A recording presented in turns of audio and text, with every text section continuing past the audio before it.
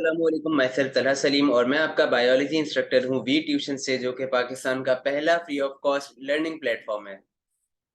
यहाँ पर आपको नोट्स, प्रेजेंटेशन और क्विजेज हमारी वेबसाइट पर मिल जाएंगे, जिसका लिंक डिस्क्रिप्शन बॉक्स में मौजूद है। आप हमारी वेबसाइट पर जाएं, वहाँ पर साइन अप करें और अपने हिसाब से आपको जो लेक्चर या प्रेजेंटेशन चाहिए हो आप वो वहाँ से डाउनलोड कर सकते हैं, जो कि सब फ्री है। तो हम लेक्चर की तरफ चलते हैं और चैप्टर 1 हम डिस्कस कर रहे थे होमियोस्टेसिस जूलॉजी का। और हमने काफ़ी चीज़ें इसमें डिस्कस कर ली थी। मैंने लास्ट लेक्चर में आपको, लेक्चर 7 में आपको बताया था कि कितने टाइप्स के नेफ्रॉन होते हैं। तो आपको मैंने दो टाइप्स के बताए थे, जक्स्टा मेडुलरी और कॉर्टिको मेडुलरी नेफ्रॉन बताया था कि दोनों में फ़र्क लूप ऑफ हेनले का होता है। जक्स्टा मेडुलरी नेफ्रॉन का लूप ऑफ हेनले लार्ज होता है, जबकि दूसरे का लूप ऑफ हेनले शॉर्ट होता है। तो फिर मैंने आपको बताया क्यों ज़रूरी है, क्योंकि लूप ऑफ हेनले जिसका अगर ज़्यादा लेंथ में लंबाई मीन्स उसमें उतनी ज़्यादा वाटर रीअब्सॉर्ब हो जाएगा। तो उसके बाद फिर यूरिन कॉम्पोजिशन आपको मैंने बताया कि यूरिन की कॉम्पोजिशन में 95% वाटर मौजूद होता है और इसके अलावा डिफरेंट अदर एलिमेंट्स भी मौजूद होते हैं, जैसे कि creatinine, urea, uric acid, sodium chloride, और इसके साथ साथ फिर पीएच यूरिन की 5.0 है। तो अब हम लेक्चर 8 की जानिब चलते हैं, that is the kidney problems and remedies. And in today's lecture we will discuss about the kidney stones and how to diagnose and how to treat the kidney stones, which is the lithotripsy method. And then we will discuss about the renal failure and how it can be treated, which is the dialysis. And again, dialysis is of two types. And in the last we will discuss about the kidney transplant. Sorry. तो अब हम सबसे पहले तो आपके suppose के एक patient आता है डॉक्टर के पास और उस पेशेंट को फीवर है, साथ ही उसको स्टमक पेन भी है, उसको वॉमिटिंग हो रही है, चक्कर भी आ रहे हैं। और इसके अलावा उसने ये भी रिपोर्ट किया कि जब वो यूरिन पास कर रहा है पेशेंट, तो ब्लड पास हो रहा है, ब्लड यानी यूरिन में आ रहा है। और साथ ही उसने एक और सिम्टम बताया कि एक उसकी कमर में दर्द हो रहा है। कमर में उसने पॉइंट किया वर्टिब्रल कॉलम की तरफ, यानी उसने कहा कि मेरे कमर के में बिल्कुल जहाँ पे आपकी नहीं समझ लें हिप बोन होती है, उससे थोड़ा ऊपर उसने कहा कि यहाँ पर मेरे दर्द हो रहा है और बहुत ज़्यादा शदीद दर्द हो रहा है। तो अब उसका डायग्नोस का एक और मेथड ये होता है कि आप उसको मर्फीज मेथड के जरिए भी करते हैं, कि आप उसको टू फिंगर मेथड के लिए बोलते हैं कि अगर टू फिंगर्स वो प्रेस करने पर भी उस एरिया पे जहाँ पे किडनी मौजूद होती है वहां पर दर्द हो रहा है, तो अब आप उसको क्या डायग्नोस करेंगे कि उसको क्या हो सकता है। तो लाजमी यानी मोस्ट ऑफ द चांसेस इस केस में ये हैं कि इस पेशेंट को किडनी स्टोन्स है, क्योंकि किडनी स्टोन्स में इस एरिया में जहाँ पे उसने बताया कि दर्द हो रहा है, यहाँ पर दर्द होता है और मर्फीज साइन शो होता है, टू फिंगर पेन होता है। इसके अलावा सारे सिम्टम्स होते हैं कि बेसिकली इसको चलने में भी प्रॉब्लम हो रही है, उसको वॉमिटिंग हो रही है, उसके यूरिन में ब्लड आ रहा है। वो सारी चीज़ें किडनी स्टोन्स में आती हैं। तो अब किडनी स्टोन्स के लिए फिर आप उसको अल्ट्रासाउंड के लिए भेज देंगे और अल्ट्रासाउंड में डिटेक्ट हो जाएगा कि उसको किडनी स्टोन है या नहीं है, और अगर किडनी स्टोन है तो उसका साइज क्या है। तो अब सबसे पहले हम डिस्कस करते चलेंगे किडनी स्टोन्स क्या होते हैं। आप तस्वीर में देख सकते हैं कि ये जो बेसिकली इरेगुलर सॉलिड मास आपको नजर आ रहे हैं, ये किडनी स्टोन्स हैं और किडनी में डिफरेंट लोकेशन पर मौजूद होते हैं। जैसे आप देख लें, कुछ कोई यूरेटर में भी मौजूद होते हैं, कोई पायरामिड्स की तरफ है, कोई मेड्यूलरी रीजन में है। तो इस तरह डिफरेंट रीजन में किडनी स्टोन्स मौजूद होते हैं। किडनी स्टोन्स को कैलकुलाई का नाम भी दिया जाता है, यानी रीनल स्टोन्स का भी नाम दिया जाता है। 70% जो किडनी स्टोन्स होते हैं वो कैल्शियम ऑक्जेलेट या फॉस्फेट से मिलकर बनते हैं। ऑक्जेलेट आपके फूड में मौजूद होता है, जैसे लीफी वेजिटेबल्स, स्पेनिश वगैरह, इन चीज़ों में ऑक्जेलेट मौजूद होता है। अगर आप ये चीज़ें ज़्यादा खाते हैं तो चांसेस ये हैं कि ज़्यादा किडनी स्टोन्स बन सकते हैं। जबकि 20% किडनी स्टोन्स को कंसिडर किया जाता है इन्फेक्शियस। इन्फेक्शियस मीन्स ये कि ये वो स्टोन्स होते हैं जो यूरिनरी ट्रैक्ट इन्फेक्शन के की वजह से बेसिकली बनते हैं। तो ये स्टोन्स इन्फेक्शियस होते हैं, ये कि इन्फेक्शन कॉज कर सकते हैं और इन्फेक्शन कॉज कर सकते हैं, इन्फेक्शन के थ्रू भी बनते हैं। अच्छा, इसके अलावा 70% कैल्शियम ऑक्जेलेट फॉस्फेट के अलावा 5% जो स्टोन्स होते हैं वो यूरिक एसिड की वजह से बनते हैं। अगर यूरिक एसिड आपकी बॉडी में ज़्यादा हो जाए, किडनी प्रॉपर फिल्टर ना कर पाए, तो उन तमाम तमाम कंडीशन में यूरिक एसिड देन कन्वर्ट हो जाता है into solid mass, which is the kidney stones. बाकी इसके अलावा और दीगर भी डिफरेंट सोर्सेज होती हैं जो कि किडनी स्टोन्स बनाने में मदद करवाती हैं। यूजुअली तो यही हैं जो आपको मैंने मेंशन करी हैं। अब किस तरह किडनी स्टोन्स को रिमूव करना है, तो सबसे पहले तो भाई उस पेशेंट को आपने भेज दिया या किसी डॉक्टर ने भेज दिया उसको अल्ट्रासाउंड के लिए। डायग्नोज हो गया कि इसको किडनी स्टोन्स है, उसको प्रॉपर डायग्नोज करने के लिए उसको भेज दिया अल्ट्रासाउंड के लिए। अल्ट्रासाउंड में अल्ट्रासोनिक वेव्स यूज हुई और उससे बेसिकली डिटेक्ट हो गया कि किडनी स्टोन्स कहाँ पर मौजूद है और कितने साइज का है। Size of the kidney stones really matters in the treatment of kidney stones, because अगर उसका साइज 2 सेंटीमीटर से छोटा होता है तो उस कंडीशन के अंदर उसको लिथोट्रिप्सी ट्रीटमेंट दिया जाता है, जिसमें क्या है कि उस शॉक या अल्ट्रासोनिक वेव्स यूज होती हैं और डायरेक्टली किडनी के उस तरफ पॉइंट होती हैं जहां पर किडनी स्टोन मौजूद है। ये वेव्स क्या करती हैं कि ये वेव्स डायरेक्ट जाके हिट करती हैं टूवर्ड्स दी स्टोन्स, और स्टोन्स में जब हिट करती हैं तो स्टोन्स अपने स्मॉल पीसेस में टूट जाता है, यानी बोलते हैं ना फाइन पार्टिकल्स में टूट जाता है। जैसे रेत की एग्जांपल देते हैं तो रेत के जितने छोटे पार्टिकल्स होते हैं उस तरह ये बिल्कुल छोटे पार्टिकल्स में डिवाइड हो जाता है, डिसरप्टेड हो जाता है, और उसके बाद उसे वो जैसे यूरिन पास होता है तो ये यूरिन से ही आपकी बॉडी से, यूरिन से होता हुआ आपकी बॉडी से बाहर निकल जाते हैं वो स्टोन्स जो ज़रात बन गए। लेकिन अगर अब स्टोन का साइज 2 सेंटीमीटर से ज़्यादा है तो उस कंडीशन में फिर लिथोट्रिप्सी इफेक्टिव नहीं होती, और मोस्ट ऑफ द केसेस में अगर और ज़्यादा किडनी स्टोन्स का साइज बड़ा है तो फिर किडनी रिमूव करनी पड़ती है।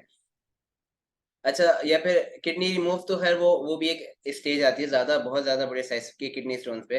अच्छा, यहाँ पे ये अज़्यूम नहीं करिएगा कि मीटर में, सेंटीमीटर में ही साइज़ होता है। अंडर 2 सेंटीमीटर है तो लिथोट्रिप्सी, ग्रेटर देन 2 सेंटीमीटर पे फिर सर्जरी से किडनी स्टोन्स रिमूव किए जाते हैं, और ज़्यादा सीवियर कंडीशन में किडनी रिमूव कर दी जाती है। ये जो लिथोट्रिप्सी टेक्नीक है, ये टेक्नीक जब अगर इन केस कोई प्रेग्नेंट वुमेन है तो उन कंडीशन के अंदर लिथोट्रिप्सी नहीं दी जाती, क्योंकि ये रेडिएशंस है और रेडिएशंस की वजह से जो बेबी है उसको हार्म पहुंच सकता है, जिसकी वजह से जो प्रेग्नेंट वुमेन है उनको लिथोट्रिप्सी नहीं की जाती। अब सेकंड केस आता है which is the renal failure. तो रीनल फेलियर क्या है? रीनल अगेन किडनी को कहते हैं। तो अगर किडनी अपना काम परफॉर्म करना छोड़ दे, ये जो अपने काम कर रही है वो अपने काम किडनी प्रॉपर नहीं अंजाम दे सके, तो उन तमाम कंडीशंस को आप डिनोट कर सकते हैं एज रीनल फेलियर। और रीनल फेलियर में क्योंकि किडनी प्रॉपर तरीके से टॉक्सिक कंपोनेंट्स इन चीज़ों को नहीं रिमूव कर पा रही है, तो इस वजह से टॉक्सिक कंपोनेंट्स या जो भी वेस्ट मटेरियल है वो किडनी या ब्लड में एक्यूमुलेट बढ़ना शुरू हो जाएंगे। अब जैसे ही ये बढ़ रहे हैं तो इसका मकसद क्या है कि ऑस्मो रेगुलेशन मेंटेन नहीं हो रहा, विच मीन्स के होमियोस्टेसिस में डिस्टरबेंस है। अब इनकी इस रीनल फेलियर की वजह से, यानी इन इस डिस्टरबेंस इन होमियोस्टेसिस की वजह से नौजिया, यानी जो भी पेशेंट है उसको उल्टियाँ, और इसके अलावा उसको खुराक ना लगना, बाकी कमजोर होना, ब्रेथ का प्रॉपर नहीं आना, सांस नहीं ले पाना प्रॉपर, तो ये सारी इसको कंडीशन होती है। अच्छा, अब जरूरी नहीं है कि रीनल फेलियर की भी कुछ वजूहात होती हैं, जैसे कि निमोनिया या ब्लीडिंग इन स्टमक या हाई ब्लड प्रेशर वगैरह की वजह से भी रीनल फेलियर हो सकता है। जैसे एक एग्जांपल दे देता हूँ कि निमोनिया के अंदर जैसे for example heart proper blood pump नहीं कर पाता किडनी की तरफ, तो अब किडनी क्योंकि ब्लड नहीं ले पा रही, जिसकी वजह से किडनी अपना काम परफॉर्म करना छोड़ देगी। अब क्या तरीका है जिसके ज़रिए से अब किडनी तो अपना काम नहीं कर रही, तो क्या ऐसी टेक्नीक है जिसकी वजह से हम ब्लड से सारी टॉक्सिक मटेरियल या चीज़ें रिमूव कर सकते हैं? तो इसके 2 तरीके होते हैं, यानी जो टेक्निक है, मेजर टेक्निक वो है डायलिसिस, और डायलिसिस में 2 आती हैं, haemodialysis and the peritoneal dialysis. आप लोगों ने यकीनन डायलिसिस का लफ्ज़ कहीं न कहीं तो सुना होगा कि वो पेशेंट को डायलिसिस हो रहा है या डायलिसिस पर हैं। तो डायलिसिस यही होता है कि डायलिसिस में बेसिकली डिफरेंट टेक्निक्स यूज़ होती हैं, और उन टेक्निक्स की वजह से आपकी बॉडी से, यानी ब्लड से जो भी टॉक्सिक कंपोनेंट या जो भी वेस्ट मटेरियल है जो किडनी फ़िल्टर नहीं कर पा रही, वो आपकी बॉडी से निकाले जाते हैं। तो आम आसान अल्फाज में ये डायलिसिस है कि removal of toxic from the body by using artificial techniques. इसमें पहली आती है हीमोडायलिसिस। हीमोडायलिसिस क्या है कि हीमोडायलिसिस में एक, यहाँ पे मैंने इस वीडियो में देखें तो हीमोडायलिसिस में एक मशीन होती है, या आप इसे आर्टिफिशियल किडनी भी कह सकते हैं। आपकी बॉडी से ब्लड लिया जाता है और वो ब्लड इस मशीन के अंदर आता है बाय द पाइप्स। और अच्छा, इस मशीन के अंदर डायलिसेट होता है। डायलिसेट क्या है कि एक कॉम्पोजिशन होती है, फ्लूइड होता है जो केयरफुली एडजस्टेड उसमें कॉन्सेंट्रेशन होती है, और जो जिस ट्यूब के जरिए से आपका ब्लड जो है वो उस डायलिसिट से पास हो रहा है, तो वो जो डायलिसिट से जब पास हो रहा है तो वो जो ट्यूब है बेसिकली वो सेमी परमिएबल होती है, यानी इन शॉर्ट ये कि वो टॉक्सिक मटेरियल को बाहर जाने देगी, आरबीसीज वगैरह को बाहर नहीं जाने देगी। उसके बाद क्या है कि जो आपकी बॉडी का यानी जो अब टॉक्सिक मटेरियल तो डायलिसिट के अंदर आ गया, लेकिन जो ब्लड है अब ब्लड वापस आपकी बॉडी में डिफ्यूज बैक कर दिया जाता है, वापस लौटा दिया जाता है। तो ये टेक्निक बेसिकली कहलाती है हीमोडायलिसिस।